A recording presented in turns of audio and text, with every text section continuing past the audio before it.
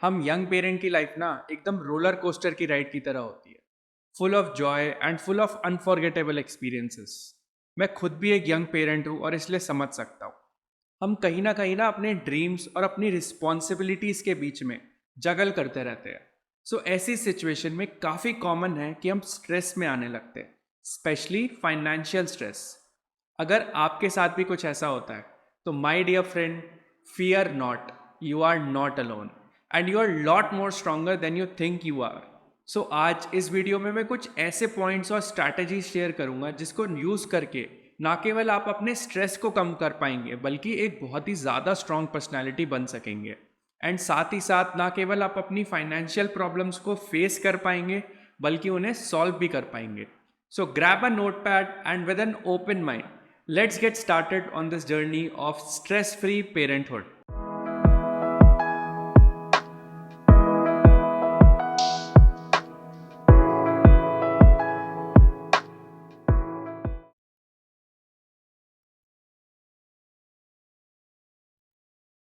तो सबसे पहले ज़रूरी है कि हम समझें कि हमारे स्ट्रेस का एक्चुअल रीज़न क्या है। क्या वो हमारे नीड्स की वजह से है या फिर वो हमारे वांट्स या फिर ड्रीम्स की वजह से है।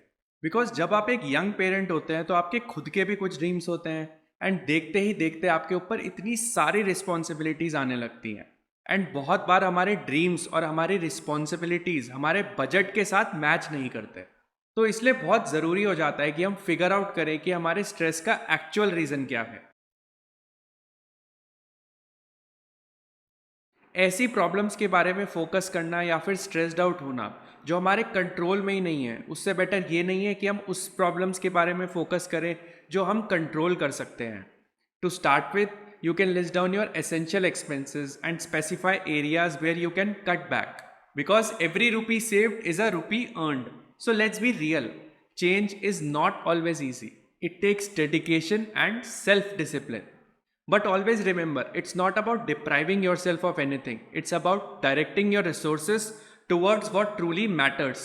बिकॉज आप जब तक खुद मेंटली फोकस नहीं होंगे तो आपके लिए बहुत डिफिकल्ट होगा उस सिचुएशन को कंट्रोल करना। बट जिस दिन आपने अपने माइंडसेट को चेंज करना शुरू कर दिया तो my dear friend, you have already achieved 50% goal of being financially stress free. Always remember that you are not alone in this journey. आप अपने पार्टनर से बात करिए, अपने पेरेंट्स से गाइडेंस लीजिए। कई बार ऐसा होता है कि हम इतने ज़्यादा स्ट्रेस्ड आउट हो जाते हैं कि हम सॉल्यूशंस नहीं ढूंढ पाते। तो इसलिए बहुत ज़रूरी हो जाता है कि हम अपने क्लोज्ड वन से कंसल्ट करें और उनके पर्सपेक्टिव को भी समझें। अपने पार्टनर से भी आप अपने फाइनेंशियल गोल्स डिस्कस करें, एंड साथ ही साथ ये भी डिस्कस करें जहाँ पे आपको प्रॉब्लम्स आ रही हैं। मोस्टली केसेस में होता है कि हस्बैंड्स जो होते हैं ना अपनी बातें शेयर नहीं कर पाते, कुछ इतने एक्सप्रेसिव नहीं होते, और कुछ को ऐसा लगता है कि वो अपनी फैमिली को इन सब प्रॉब्लम से दूर ही रखें तो ज़्यादा बेटर है। सो इसलिए बहुत ज़रूरी है कि हस्बैंड्स अपनी वाइफ के साथ अपनी प्रॉब्लम्स डिस्कस करें, एंड साथ ही साथ वाइफ्स के लिए भी काफ़ी ज़रूरी है कि वो अपने हस्बैंड्स को समझें एंड दोनों इस टफ टाइम में एक दूसरे को सपोर्ट करें। सो अब बारी आती है कि आप अपने गोल्स को समझें। बिकॉज जब तक आपके गोल्स क्लियर नहीं होंगे आप उनके लिए वर्क नहीं कर पाएंगे और हमेशा स्ट्रेस्ड आउट रहेंगे। सो इसलिए आप अपने गोल्स को short term goals, mid term goals और लॉन्ग टर्म गोल्स में डिवाइड कर सकते हैं।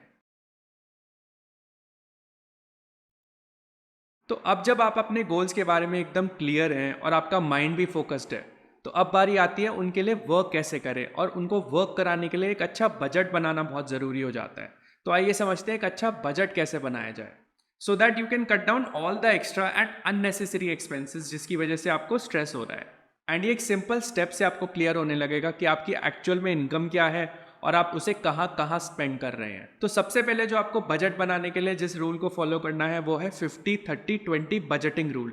इस रूल के बारे में मैंने अपनी पिछली वीडियोस में भी बात करी है। बेसिकली इस रूल के अकॉर्डिंग आपकी जो मंथली इनकम होती है उसका 50% आप अपनी नीड्स के लिए रखते हैं, 30% अपनी वांट्स के लिए रखते हैं, एंड 20% जो होता है वो अपनी इन्वेस्टमेंट्स या सेविंग्स के लिए रखते हैं। सो इसी रूल को फॉलो करते हुए आप एक अच्छा बजट प्रिपेयर कर सकते हैं, एंड मैं यही रिकमेंड करूँगा कि आप जितना ज़्यादा पॉसिबल हो पाए उतना ज़्यादा अपने बजट पे स्टिक रहें और उसी अकॉर्डिंग स्पेंड करें। सो आपके पास एक इमरजेंसी फंड का होना बहुत ज़्यादा इंपॉर्टेंट रोल प्ले करता है आपके फाइनेंशियली स्ट्रेस फ्री होने में। So your emergency fund should be at least equal to 6 months of your household expenses. Ideally it should be 12 months, but minimum 6 months का तो होना ही चाहिए. Always remember, seeking help is a sign of strength and not weakness. So ऐसा मत सोचिए कि आप किसी से हेल्प लेंगे तो आप उससे छोटे हो जाएंगे. ऐसे बहुत सारे तरीके हैं जिसके थ्रू हम इन्वेस्ट कर सकते हैं और जहाँ पे कम रिस्क में एक अच्छा रिटर्न मिल सकता है, बट उनके बारे में हमें पता ही नहीं होता.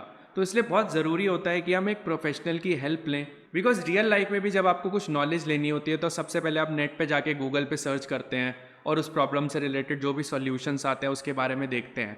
तो इसी तरह से आप एक प्रोफेशनल एडवाइज़र के पास जाके उन्हें अपने गोल्स के बारे में बता सकते हैं एंड उनसे हेल्प लेके एक अच्छा रिटर्न पा सकते हैं.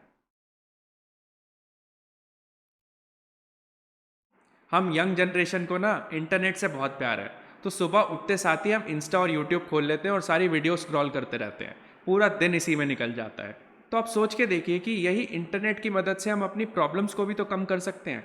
आप अलग अलग वीडियोस से हेल्प ले सकते हैं और आजकल इतनी सारे ऐप्स और टूल्स आ गए हैं जिन्हें आप डाउनलोड कर सकते हो, जिससे आपको अपना बजट बनाने में या फिर आपके एक्सपेंसेस नोट डाउन करने में काफ़ी ज़्यादा हेल्प मिल सकती है. Life is full of surprises, and having multiple streams of income acts as a safety net. भगवान ऐसा ना करें, बट सोचिए कल को कुछ ऐसा हो जाए कि आपकी जॉब चली जाए या फिर आपका बिजनेस ना चले. तो यही अगर आपके पास एक सेकंड सोर्स ऑफ इनकम होगा तो एटलीस्ट आप अपना घर का खर्चा तो चला लोगे एंड मोस्ट इंपॉर्टेंटली आप स्ट्रेस फ्री रहोगे.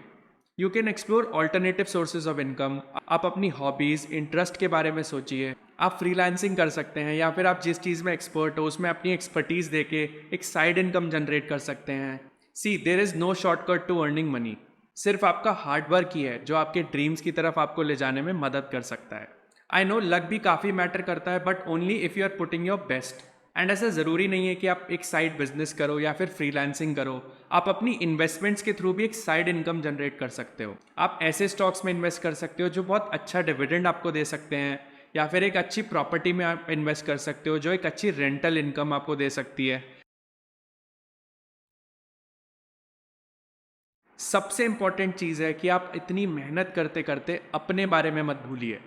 बिकॉज आप जब तक खुद को खुश नहीं रख पाओगे ना तो आप अच्छे डिसीजंस ही नहीं ले पाओगे. So it is very important to invest in yourself. आप रोज़ वर्कआउट करो, बाहर घूमने जाओ, अपनी हॉबीज़ को परस्यू करो एंड ऐसी चीज़ें करो जिससे आपको खुशी मिलती हो. You can also do yoga और meditation to calm your mind. Because आपका माइंड जब तक काम नहीं होगा ना आप एक अच्छे डिसीजन नहीं ले पाओगे.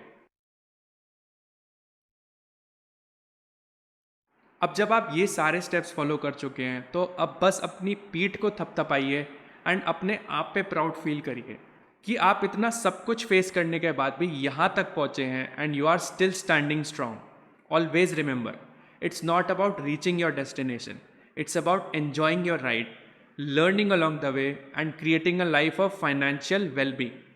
आई होप आपको ये वीडियो अच्छा लगा हो. इफ़ येस तो please comment down below. And आपके कोई भी डाउट्स हो तो प्लीज़ कमेंट में ज़रूर लिखिएगा. मैं ज़रूर कोशिश करूँगा जल्दी से जल्दी आंसर करने की. And if you like this video please hit the like button and you can also subscribe to my channel and press the bell notification on. उससे आपको आने वाले सारे अपडेट्स मिलते रहेंगे. And I will see you guys in the next video. Thank you for watching Wealthy Parenthood by Kartik.